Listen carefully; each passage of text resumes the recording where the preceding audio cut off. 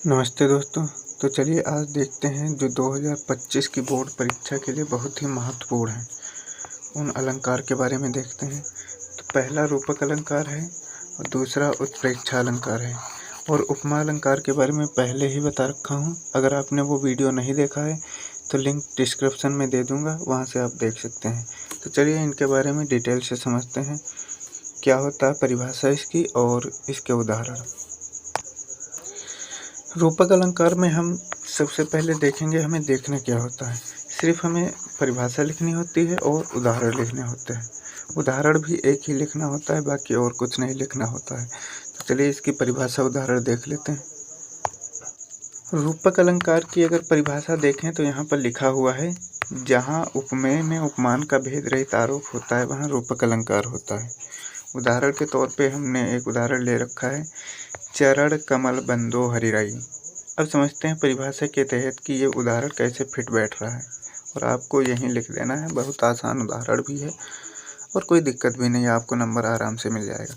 तो यहाँ पर लिखा है, जहाँ उपमेय में उपमान का भेद रहित का मतलब होता है कि भेद ही ना हो। यहाँ लिखा है चरण कमल। अब यहाँ चरण कमल के समान नहीं बताए गए, बल्कि चरण को कमल ही बताया गया है। इसीलिए इसमें कोई भेद ही नहीं रहा कि चरण कमल के जैसे हैं या चरण कमल ही हैं। तो इसकी परिभाषा में यही बताया गया है कि जहाँ पर उपमेय और उपमान में कोई भेद ना रहा हो वहाँ रूपक अलंकार होता है। उदाहरण के तौर पे आप लिख सकते हैं, चरण कमल बंदो हरिराई। अब देखते हैं उत्प्रेक्षा अलंकार के बारे में। सबसे पहले देखते हैं उत्प्रेक्षा अलंकार में हमें पढ़ना क्या क्या है। इसमें भी परिभाषा पढ़नी है, उदाहरण पढ़ना है और पहचान। और याद रहे, पहचान बोर्ड एग्जाम में नहीं लिखनी है, बस हमें पढ़नी है ताकि हम पहचान सके कि उत्प्रेक्षा अलंकार है या नहीं है। उत्प्रेक्षा अलंकार की परिभाषा में लिखा गया है, जहाँ उपमेय में उपमान की संभावना की जाए वहाँ उत्प्रेक्षा अलंकार होता है। फिर से एक बार देखते हैं, जहाँ उपमेय में उपमान की संभावना की जाए वहाँ उत्प्रेक्षा अलंकार होता है। उदाहरण के तौर तहत समझते हैं, लिखा है, चमचमात चंचल नयन बिच घूंघट पटछीन मानह सुर सरिता विमल जर उछलत जगमीन। ठीक है, चमचमात चंचल नयन, जो चमचमाते चंचल नयन हैं वो बीच घूंघट पटछीन, छोटे से घूंघट के बीच में जो चमचमात चंचल नयन। मानव जो वर्ड है ये दिखा रहा है कि यहाँ पर तुलना हो रही है कि ये इसके जैसे हैं। सुर सरिता विमल, यानी जो देव नदी है उसमें दो मछलियों की तरह उछल रहे हैं। जो चमचमाते चंचल नयन हैं वो घूंघट के बीच देव नदी में मछली की तरह उछल रहे हैं।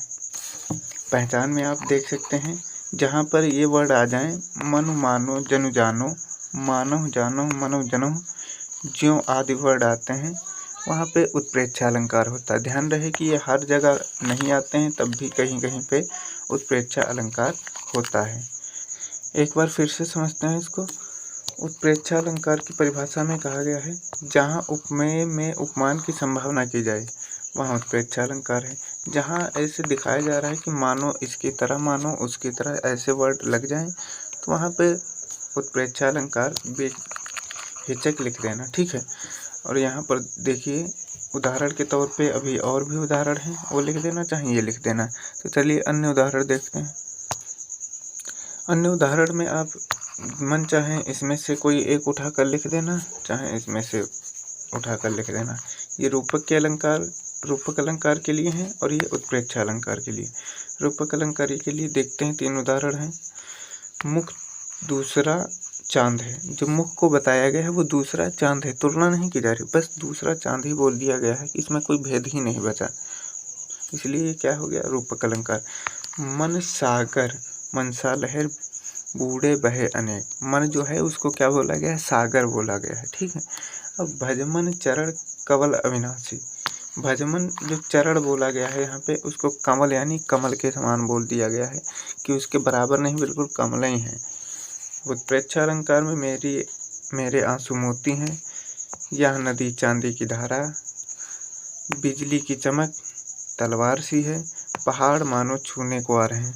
आप इनमें से कोई एक उदाहरण लिख दीजिए, जो परिभाषा के साथ लिखा है चाहे वो लिख दीजिएगा, आपको नंबर मिल जाएगा। तो मिलते हैं कोई नई वीडियो में, तब तक के लिए लाइक और शेयर सब्सक्राइब कर लेना। और कोई किसी चीज़ के बारे में पूछना है तो आप कमेंट कर दीजिएगा।